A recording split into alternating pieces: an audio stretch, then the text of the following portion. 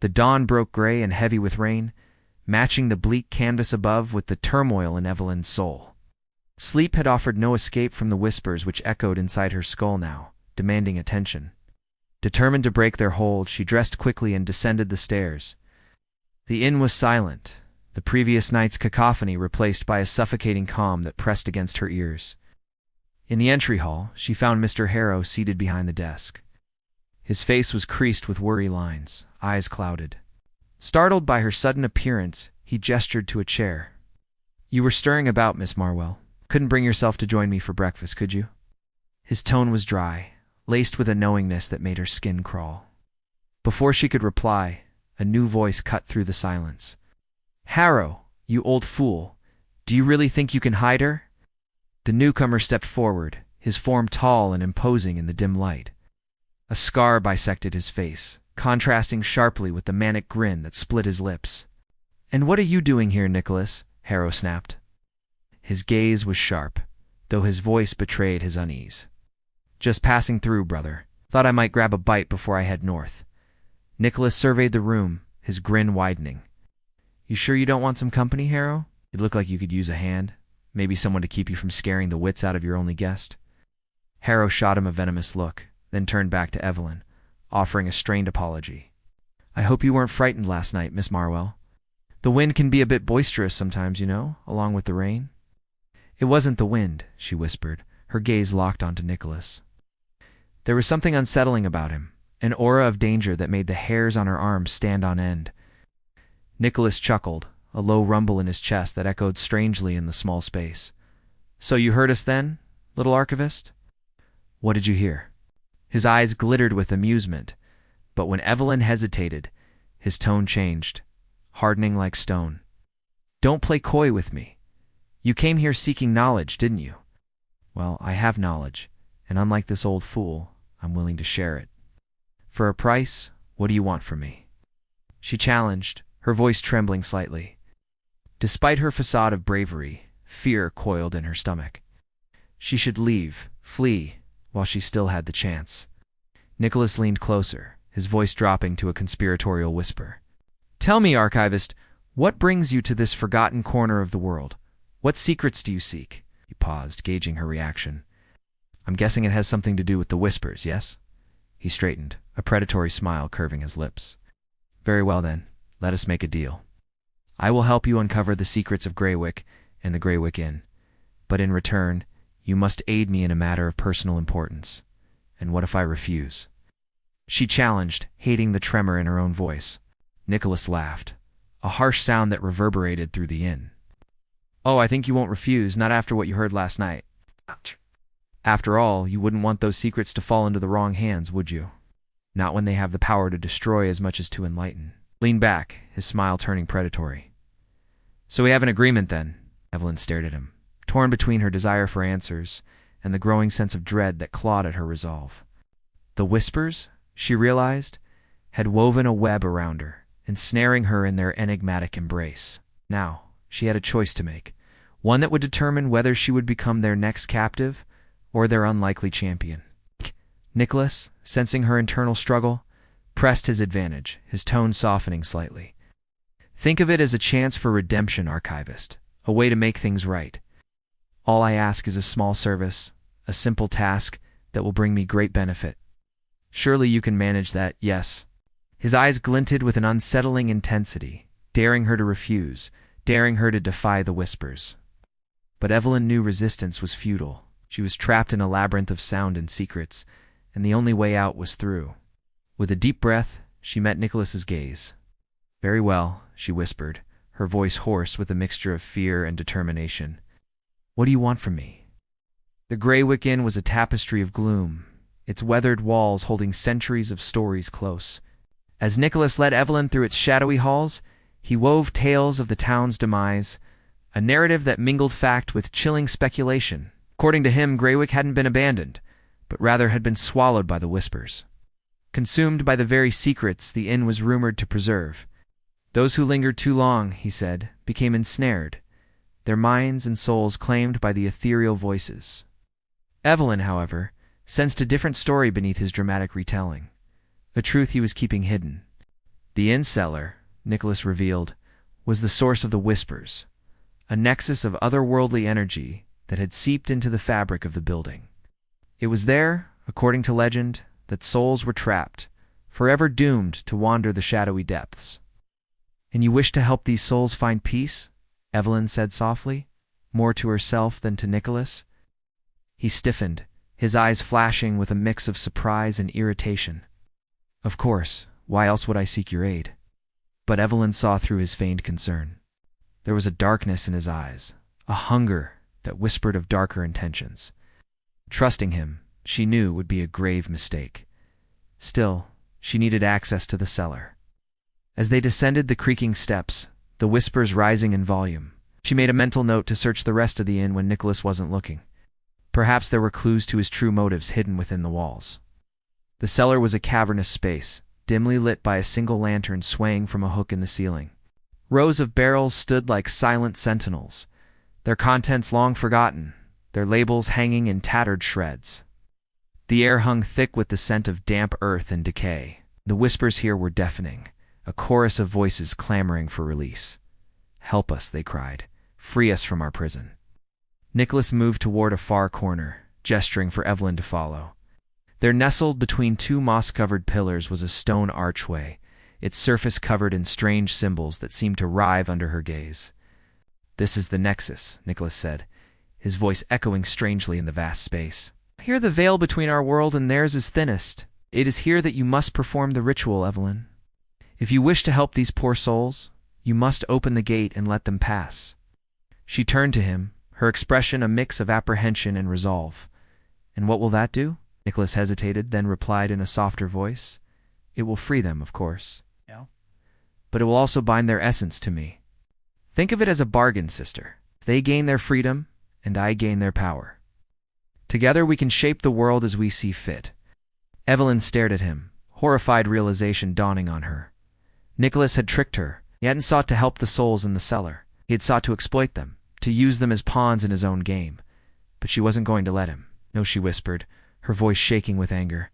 "You won't do this." She stepped forward, placing a hand on the archway.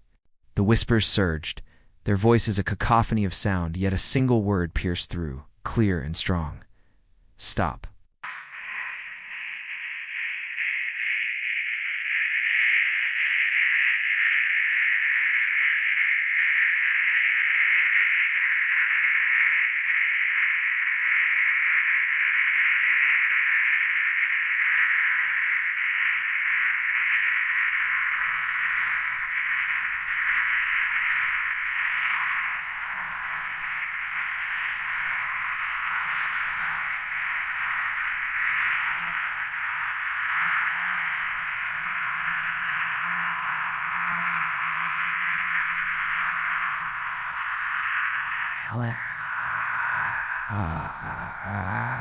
I want if I saw my sarcastic and since some and was since was with us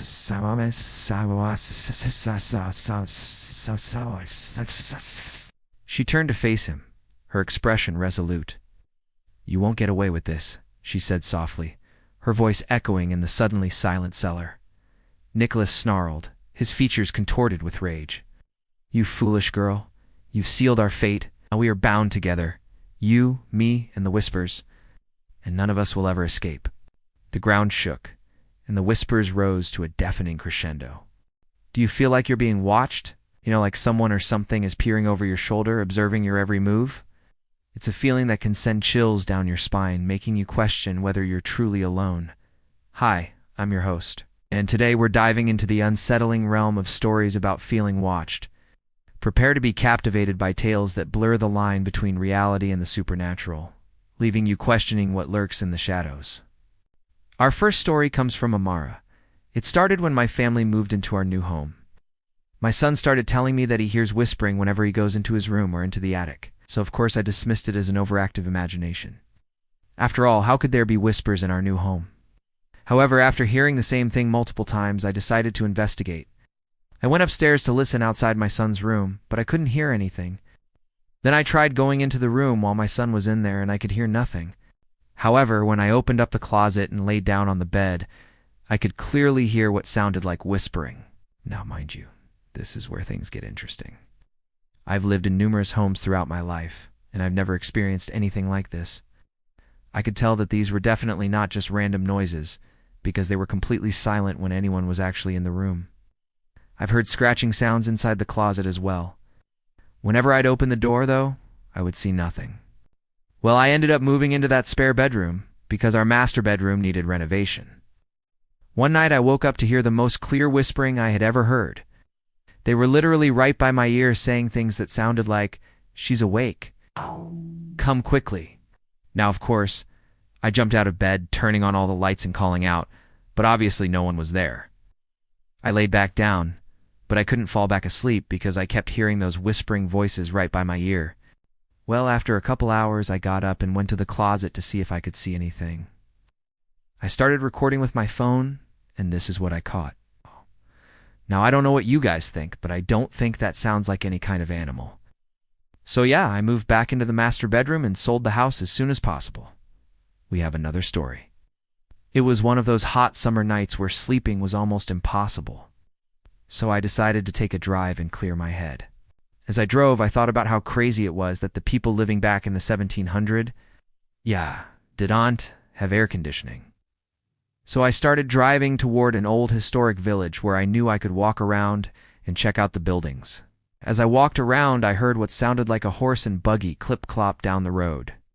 And because it was such a quiet night, I could hear it very clearly. I thought, no, that's crazy. There's no way. But then I heard it again, like something was walking directly toward me. I turned around to look, and there was nothing there. I figured it was my imagination, so I turned back around and continued walking.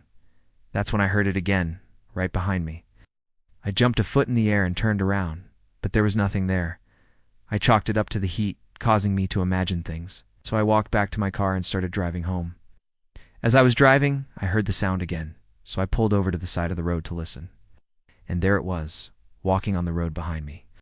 I rolled down my window and looked behind me and saw nothing. I continued driving home, listening intently. Every time I turned to look, I saw nothing. I kept thinking to myself, why am I seeing this? Why am I hearing this? And then it occurred to me, I wasn't seeing it or hearing it. It was probably just a branch or something, so I figured it would stop eventually. Well, I drove about 20 minutes without hearing anything. Just as I turned onto my street, I heard the clip-clop again. And this time, it sounded like it was right behind me. I turned to look, and I could see my driveway. And at the end of my driveway was a pair of horses who had stopped to take a drink from my pond. And we have a final story, and this one comes from Alina.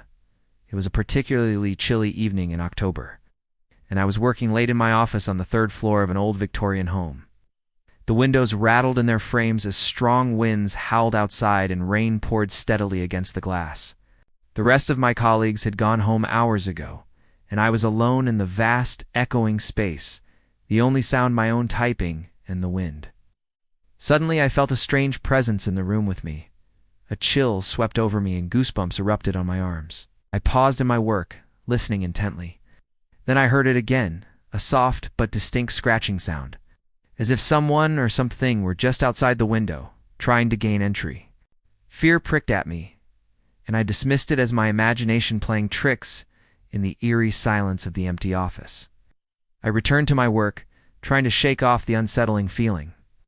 But the scratching sound began again, more insistent this time, accompanied by a low thud. My heart pounded in my chest, and I found myself frozen in place, torn between my rational mind, which told me there was nothing to fear, and the primal instinct that screamed at me to escape.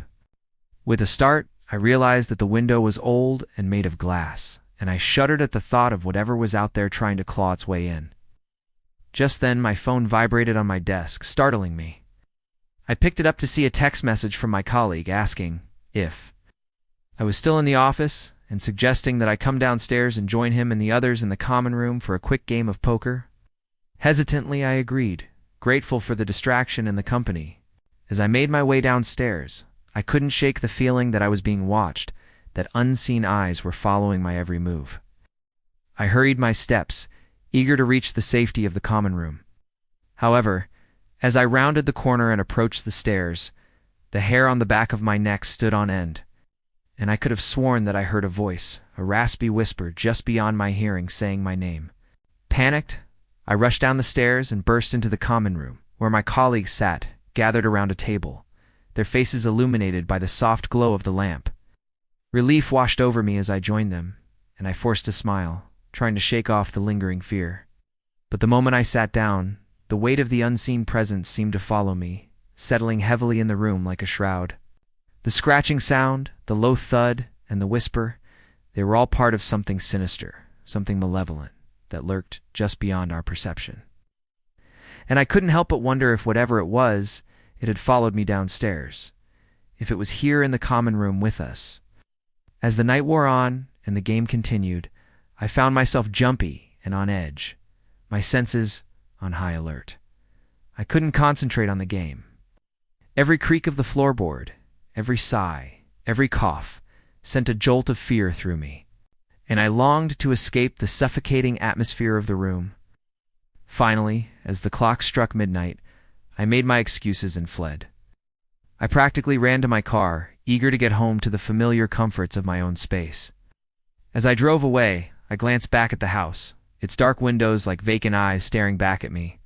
I shuddered, knowing that I would never forget the chilling experience of feeling watched in the empty office, haunted by the relentless scratching, the low thud, and the whispered voice that echoed in my memory. Thanks for listening. You have a similar experience to share? Please consider joining our community for listeners where we can all chat about the creepiest things we've experienced. I hope you enjoyed these scary stories. If you did, please remember to leave a like, subscribe, and turn on notifications so you never miss an episode. Until next time, stay safe and watch your back, because you never know who or what might be watching. Evelyn awoke in darkness. Fear pressed against her like a shroud, smothering reason, stealing her breath. For a moment she could not remember where she was, why she strained to recall, groping in the suffocating dark. Then memory flooded back, bringing with it a chill that had nothing to do with the night. The oppressive presence of Graywick in the tales of sorrow and madness, the conviction in Mr. Harrow's eyes. The thought of being trapped here, of joining those lost to the inn's embrace, sent a fresh wave of panic surging through her. She needed to leave. Now, pushing against the suffocating darkness, Evelyn rose from the bed. Her hand met solid wood. The window was nailed shut as she scrambled to the door. Hope flared. If she could reach the village, perhaps she could find help, uncover some way to break the inn's hold. She threw the door open and stepped out into the hall. Relief flooded her. The moon shone brightly, bathing the hallway in an eerie glow. Shadows danced in spectral shapes, but the sight of moonlight meant escape was possible.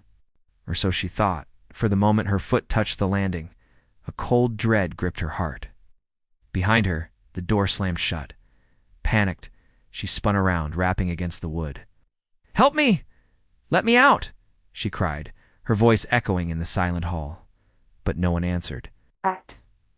She hammered against the door, but it offered no respite. At. Turning back, she fled, racing down the dimly lit corridor. She did not dare look behind her, but the sound of her own footsteps, heavy with terror, spurred her on. She ran until her lungs burned, until her legs screamed for rest. Then the hallway ended.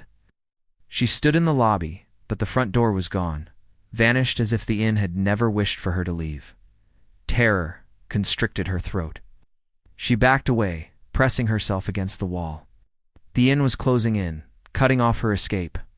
Then, like a phantom, Mr. Harrow materialized from the shadows. His face was unreadable in the gloom, but his eyes held a bottomless sadness that chilled her. "You should be asleep," he said, his voice a hollow echo. "It is night. How can you sleep with that thing out there?" Evelyn whispered, gesturing toward the door. "There is no out," Harrow replied, his gaze fixed on some point beyond her. "Only in, but I have to get to the village. I need to tell them what this place is, what it does." "No one will listen," Harrow said quietly. "They have heard my warnings, but they always return. For some, this place offers solace. For others, oblivion. And for a few, there is profit to be made." Evelyn stared at him, searching his face for any sign of humor. There was none. She knew he spoke the truth. To the villagers, Graywick was a haven, a refuge, a means to line their pockets. And she was becoming another story to be absorbed into the inn's tapestry of despair. "What am I going to do?" she asked, her voice cracking with fear. "Do," Harrow said softly, stepping closer. "You must stay here. You must become part of the story." Before Evelyn could respond, a low growl rumbled through the inn. From the top of the stairs, a shadowy figure descended. It moved with unnatural grace, its eyes glowing like embers in the gloom. Its gaze, cold and predatory, settled on Evelyn. "Dinner guests arrive," the creature rasped, its voice like stones grinding together. "And tonight's dish is to die for." As the night bled slowly into morning, though Evelyn never saw the sun, gray clouds smothered the sky, and the inn seemed darker than before, as if the building itself resented the dawn. Her body trembled with exhaustion, but fear kept her upright. She had to know the truth. The whispers had not ceased since the moment they spoke her name. They followed her wherever she went, down the halls, into the library, even into the dining room where a plate of food lay untouched. Crawling with flies, though no one had placed it there, each voice seemed to claw at her ears, weaving between sorrow and rage. By noon, she had returned to the locked door in the basement, the one that had rattled violently the night before. Her lantern burned low, the weak flame flickering against the swollen wood. She pressed her palm against it, feeling the cold bleed through. "Let me in," she whispered, not sure whether she spoke to herself or to the inn itself. As if in answer, the lock clicked. The door creaked open on its own. A blast of icy air surged from the dark, carrying with it the stench of damp stone and rot. The whispers erupted, no longer scattered but united, a tidal wave of anguish pressing against her mind. She stepped inside. The stairwell descended deep beneath the inn, far deeper than the foundations should allow. The walls were lined with stone, slick with moisture, and scratched with thousands of names. Some were written neatly, others gouged violently into the rock as if carved by fingernails. Evelyn brushed her lantern across them and froze. Her own name was already there, carved fresh, as though waiting for her. Her knees nearly buckled. But she continued. At the bottom lay a vast chamber. The lantern's glow barely touched the edges, but what she saw made her stagger back in horror. Bodies, not corpses in the usual sense, no decay, no bones. These figures were fused into the walls themselves. Their faces stretched from the stone, mouths open in silent screams. Their eyes followed her, hollow yet pleading. Some reached outward, hands half-formed, fingers breaking through only to vanish again into the rock. Evelyn's breath caught. The walls were not stone, they were flesh. A graveyard of souls, trapped eternally within Graywick. The whispers rose into a symphony of suffering, and from their chorus a single voice emerged, low, guttural, and commanding. "Stay." Her lantern flickered violently. The chamber seemed to pulse like a living heart. And then, from the far wall, something began to move. A figure dragged itself free. It was not a man, not anymore, but something grotesque, its body a shifting mass of faces. Each mouth whispering, crying, screaming. Its arms were long, twisting, clawing at the air. In its chest burned a hollow cavity, within which more faces churned like drowning souls. Evelyn stumbled back, choking on fear. "What are you?" she gasped. The creature's many mouths opened at once. "We are Graywick." Memories not her own crashed into her mind, centuries of guests, each drawn into the inn's embrace. Their sorrows, their regrets, their deaths, all absorbed into the walls. The inn was no mere building. It was a prison, a parasite feeding on human suffering, preserving every soul it consumed. And now it wanted hers. The chamber shook violently, dust and stone raining from above. The faces in the walls screamed, as though the truth itself had torn them open. Evelyn ran, heart pounding, lantern swinging wildly. The whispers chased her, shrieking, promising, begging. Up the stairs, through the basement, down the twisting corridors. Her breath burned, her legs ached, but terror drove her onward. At last, she burst into the lobby. The front door loomed ahead. She grasped the handle, praying it would open. It did not move. The whispers laughed. Behind her, the walls rippled. Faces pressed outward, hands clawing, reaching. The wallpaper tore as if the souls inside could finally push through. Evelyn screamed and threw herself against the door, pounding until her fists bled. "Please, let me out," she cried, and then silence. The whispers stopped. The inn stilled. The air grew cold, so cold her breath fogged in the dim light. Slowly, she turned. Mr. Harrow stood at the bottom of the stairs, his eyes hollow, his body pale as parchment. He looked at her with unbearable sorrow. "I told you to leave," he whispered. His voice trembled. "But there's no leaving, not once it is written your name." Evelyn shook her head, tears streaking her face. "Help me, please." Harrow's lips parted, as though he might weep. Then his skin cracked, splitting like old plaster, and beneath it the truth showed his face was one of many, his body merely a vessel for the inn. His form crumbled into ash, and the whispers consumed him. Evelyn's scream echoed through the lobby. The floorboards beneath her buckled. Cracks split the walls, revealing writhing faces beneath the plaster. The inn roared, a guttural sound that rattled the chandeliers, and then darkness swallowed her. When the villagers came days later, they found Graywick Inn just as it had always been, quiet, still waiting. Oh. No trace of Evelyn Marlowe remained, only her name, freshly written in the ledger. And if you stood long enough in room 7, with the lamps extinguished and the night pressing close, you could hear her voice among the others. A whisper, sorrowful and broken, "Please, let me out."